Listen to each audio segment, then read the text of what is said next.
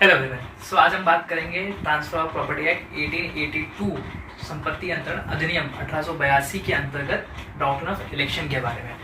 अच्छा, election start करने से पहले बता दूं कि जिन लोगों ने इस कॉन्सेप्ट नहीं पढ़ा है, डॉक्ट्रिन को कभी नहीं पढ़ा है इस एक्ट के अंदर, और उनको अगर सरप्राइजली क्वेश्चन आ जाता है डॉक्ट्रिन ऑफ इलेक्शन, तो इसको किससे जोड़ देते हैं? रियल इलेक्शन से जोड़ देते हैं, इंडियन इलेक्शन से। मैं पहले बता देता हूँ कि इस इलेक्शन का उस इलेक्शन से कोई लेना देना नहीं है। अगर आप ऐसा लिख के आते हो कुछ भी इससे जुड़ा हुआ, तो आपका फिर मालिक ऊपर वाला है।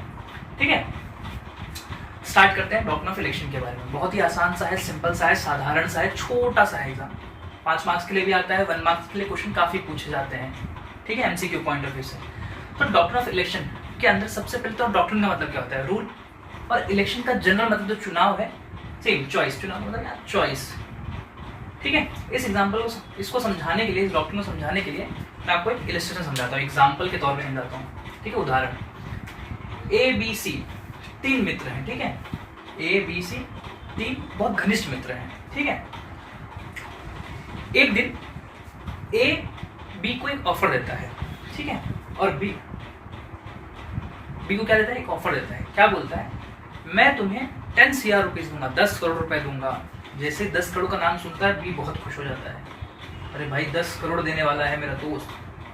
ठीक है, बहुत खुश हो जाता है। बट ये बोलता है रुको रुको रुको, पूरी बात तो सुनो। मैं तुम्हें 10 करोड़ रुपए दूंगा, लेकिन एक कंडीशन है। कंडीशन क्या है? तुम्हारा जो गोवा वाला प्रॉपर्टी है, गोवा में इसके पास एक प्रॉपर्टी है, देख रहे हो? प्रॉपर्टी, पेड़ पौधे लगाए, मस्त प्रॉपर्टी है, तूफान प्रॉपर्टी है इसके पास। ठीक है, ये प्रॉपर्टी आपको सी को ट्रांसफर करनी पड़ेगी, तभी मेरा 10 करोड़ रुपए तुमको मिलेगा। ये अब जैसे ये कंडीशन सुनी, ये न्यूट्रलाइज हो गया।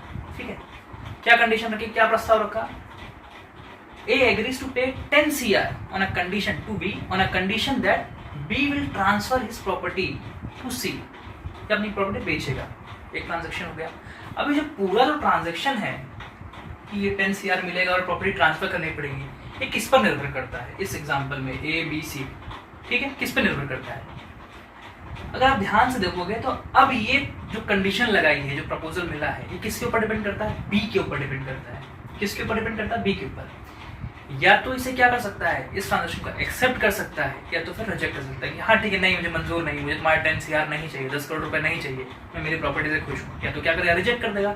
या तो बोलेगा अरे बहुत अच्छा है, एक्सेप्ट कर लेगा, 10 CR ले लेगा और प्रॉपर्टी ट्रांसफर कर देगा। तो यहाँ ये डॉक्ट्रिन क्या बोलता है? Election choice. ठीक है, जो इलेक्शन है किसके पास है?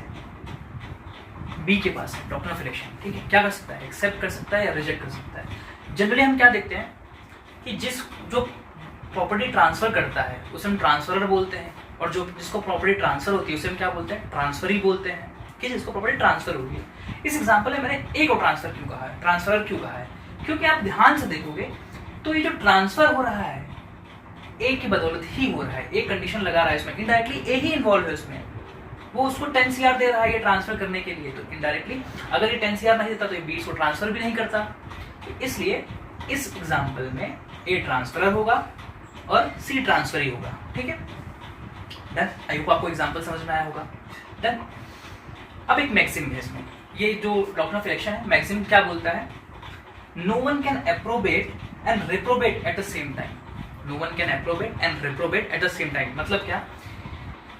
बी यहाँ पे ये बेनिफिट जो है, अगर उसको ये बेनिफिट चाहिए, ठीक है, ये बेनिफिट चाहिए, तो इसे ये ट्रांसफर करनी पड़ेगी। ये डिसेंट अगर डिसअप्रूव करता है, नहीं ठीक है मैं ये चीजें ले लेता हूँ और प्रॉपर्टी ट्रांसफर नहीं करूंगा, तो ऐसे चलेगा क्या? नहीं चलेगा। सेम टाइम पे आपको इसको एक्सेप्ट करना है, तो ये भी आपको कंडीशन फुलफिल करनी पड़ेगी। ये ऑब्लिगेशन है इसके ऊपर कि प्रॉपर्टी ट्रांसफर करना है। अगर ये 10 CR उसको चाहिए, तो it is B is obliged to transfer this property to C. ठीक है, सेम सुप्रीम कोर्ट ने भाऊराम वर्सेस बैजनाथ सिंह में ना यही मैक्सिम का हवाला देते हुए समझाया था कि अगर सामने वाला प्रॉपर्टी को डिसअप्रूव कर रहा है, मतलब ट्रांजैक्शन को डिसअप्रूव कर रहा है, मना कर रहा है, तो ये जो बेनिफिट्स है ये ऑटोमेटिक ट्रांसफरर को वापस चले जाएंगे। ठीक है, तो आपको ये मैक्सिम याद रखना है। सेम एक क्वेश्चन और पूछता है कि जो डॉक्ट्रिन ऑफ इलेक्शन है कौन सा प्रिंसिपल पे बेस्ड है? ये प्रिंसिपल ऑफ इक्विटी पे बेस्ड है। ठीक है, ऐसा नहीं कर सकता कि बेनिफिट्स ले ले और उसके जो ऑब्लिगेशंस है उसको रिजेक्ट कर दे, ऐसा नहीं चलेगा। या तो एक्सेप्ट होल्ड करेगा या फिर रिजेक्ट करेगा। तो आपको ये सिनेरियो समझ में आया। ठीक है, एग्जाम्पल क्या है। अब कुछ कंडीशंस है, एसेंशियल्स हैं इसके इस डॉक्ट्रिन को लेके। पहला एसेंशियल क्या बोलता है, सबसे पहला एसेंशियल क्या बोलता है, person profess to transfer property not his own. जो पर्सन प्रोफेस कर रहा है, यहाँ पे जो ट्रांसफर पर्सन जो प्रोफेस कर रहा है प्रॉपर्टी को ट्रांसफर करने के लिए, वो प्रॉपर्टी इसकी नहीं होनी चाहिए। तो इस एग्जांपल में प्रॉपर्टी एक ही है क्या, नहीं है प्रॉपर्टी, राइट, समझ में आ गया आपको ये, ठीक है। In lieu of transfer the transfer confer certain benefit upon the owners of the property. मतलब क्या, ट्रांसफर करने के लिए जो ट्रांसफरर है कुछ बेनिफिट्स ट्रांसफर कर रहा है बी को, कुछ बेनिफिट्स दिया, certain benefits upon the owner of the property. क्या कर, कुछ बेनिफिट्स दे रहा है, बेनिफिट्स दे रहा है। सेकंड समझ में आ गया आपको। थर्ड कंडीशन क्या बोलती है, transfer of property and conferring benefit must part of the same transaction. ये काफी इंपॉर्टेंट है, सेम ट्रांजेक्शन मतलब क्या, ये जो बेनिफिट्स ट्रांसफर हुआ उसे 10 CR का और जो ट्रांसफर हो रहा है ये एक ही ट्रांजैक्शन के अंतर्गत होना चाहिए। ऐसा नहीं कि इसके लिए एक ट्रांजैक्शन किया इसके लिए अलग ट्रांजैक्शन किया, नहीं चलेगा। ये जो ट्रांजैक्शन है ये सेम ट्रांजैक्शन का पार्ट होना चाहिए, ठीक है। थर्ड कंडीशन हो गई। जैसे कि 3 कंडीशन फुलफिल होती है तो बी के पास इलेक्शन का राइट है। क्या राइट है, either to elect, bound to elect. अगर वो एक्सेप्ट करता है तो he is bound to elect either to accept the transaction or reject the transaction. अगर वो एक्सेप्ट करता है, इलेक्ट करता है कि मैं एक्सेप्ट कर रहा हूँ, तो उसे ये 10 CR मिल जाएंगे और ये प्रॉपर्टी ट्रांसफर करनी पड़ेगी। और अगर रिजेक्ट करता है तो सिंपल सी बात है, ये प्रॉपर्टी अगर रिजेक्ट करता है, मना करता है इस ट्रांजैक्शन को, तो ये पैसे से वापस लौटाने पड़ेंगे, आपने केस स्टडी में देखा, ठीक है। अब एक चीज़ और है इसमें, रूल पीरियड के बारे में बताएगा कि कब तक, रूल रिगार्डिंग कब तक ये इलेक्ट कर सकता है, इसको जो इलेक्शन का राइट जो दिया है कब तक एक्सरसाइज कर सकता है। तो एक्ट बोलता है 1 ईयर प्लस रीजनेबल टाइम, ठीक है। ये doctor 1 year plus reasonable time. अब रीजनेबल टाइम जो दिया है ना, ये क्वेश्चन ऑफ फैक्ट है, ये फैक्ट के अकॉर्डिंग डिपेंड करेगा। तो मतलब इसके पास, बी के पास कब तक का टाइम है, 1 साल प्लस रीजनेबल टाइम, ठीक है। 1 साल मिलेगा और रीजनेबल टाइम मिलेगा। और रीजनेबल जैसे 1 साल कंप्लीट होगा, ए इसको बोलेगा कि आपका 1 साल कंप्लीट हो गया है, अब आप या तो एक्सेप्ट करो या रिजेक्ट करो, कुछ बताओ हमें, ठीक है। तो उसको एक अपॉर्चुनिटी, प्रॉपर अपॉर्चुनिटी दी जाएगी, रीजनेबल टाइम दिया जाएगा, ठीक है।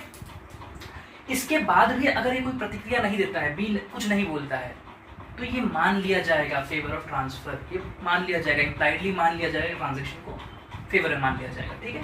तो रीजनेबल पॉइंट आपको ये exam MCQ point of view से याद रखना पड़ेगा, 1 ईयर प्लस रीजनेबल टाइम होता है, ठीक है, रूल पीरियड में।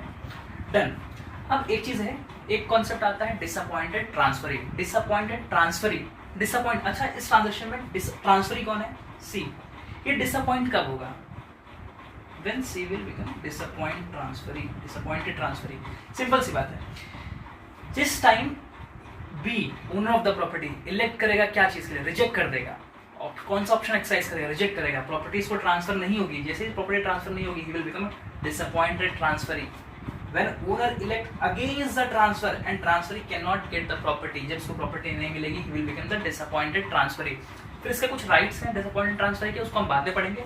अभी आपको तो समझ में आना चाहिए कि जब ये इलेक्ट करता है, रिजेक्ट करता है इलेक्शन में, तो C will become a disappointed trustee. ये भी MCQ में काफी बार पूछ लेता है कि एक सर्टेन एग्जांपल देगा ABC, इसमें बताओ डिसअपॉइंटेड ट्रस्टी कौन है, डिसअपॉइंटेड ट्रांसफरी कौन है, ठीक है। तो आपको वो भी ध्यान रखना पड़ेगा। आई होप आपको समझ में आया ये, ठीक है। नेक्स्ट वीडियो में हम बात करेंगे इसके राइट्स वगैरह कुछ रहेंगे तो उसमें बात करेंगे, ठीक है। Thank you so much.